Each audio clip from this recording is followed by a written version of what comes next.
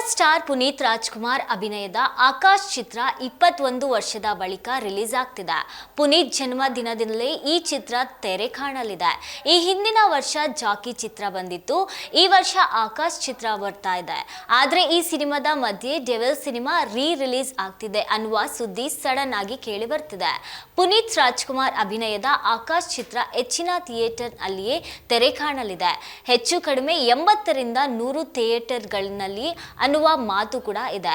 ಕಳೆದ ಒಂದು ತಿಂಗಳಿನಿಂದಲೇ ಈ ಚಿತ್ರದ ಪ್ರಚಾರ ಶುರು ಆಗಿತ್ತು. ಸಿನಿಮಾದ ಪ್ರಮುಖ ದೃಶ್ಯಗಳನ್ನ ಟ್ರೀಸರ್ ತರವೇ ಬಿಡುಗಡೆ ಆಗಿದೆ. ಆದ್ರೆ ಈ ಚಿತ್ರದ ಎದುರು ಇನ್ನೂ ಒಂದು ಚಿತ್ರ ರಿಲೀಸ್ ಆಗ್ತಾ ಇದೆ. ಈ ಒಂದು ಸುದ್ದಿ ಈಗ ಹೆಚ್ಚು ಗಮನ ಸೆಳೆಯುತ್ತಿದೆ. ದರ್ಶನ್ ಅಭಿನಯದ ಡೆವಿಲ್ ಸಿನಿಮಾ ಕಳೆದ ವರ್ಷ ಡಿಸೆಂಬರ್ 11, 2025ರಂದು ರಿಲೀಸ್ ಆಗಿತ್ತು. ಈ ಚಿತ್ರ ದೊಡ್ಡ ಮಟ್ಟದಲ್ಲಿಯೇ ರಿಲೀಸ್ ಆಗಿತ್ತು. ಆದ್ರೆ ಇದೀಗ ಈ ಸಿನಿಮಾ ಮತ್ತೊಮ್ಮೆ ರಿಲೀಸ್ ಆಗ್ತಾ ಇದೆ. ಬೆಂಗಳೂರಿನ ಪ್ರಸನ್ನ ಥಿಯೇಟರ್ ಅಲ್ಲಿ ತೆರೆ ಕಾಣಲಿದೆ. ಆದ್ರೆ ಈ ಸಿನಿಮಾ ಅದೆಷ್ಟು ಥಿಯೇಟರ್ ಅಲ್ಲಿ ಬರ್ತಿದೆ ಅನ್ನೋ ಮಾಹಿತಿಯನ್ನ ಡೈರೆಕ್ಟರ್ ಪ್ರಕಾಶ್ ವೀರ್ ಎಲ್ಲಿಯೂ ಹೇಳ್ಕೊಂಡಿಲ್ಲ. ಇಡೀ ರಾಜ್ಯದಲ್ಲಿ ಅಪ್ಪು ಅಭಿನಯದ ಜಾಕಿ ಚಿತ್ರ ಹವಾ ಇತ್ತು.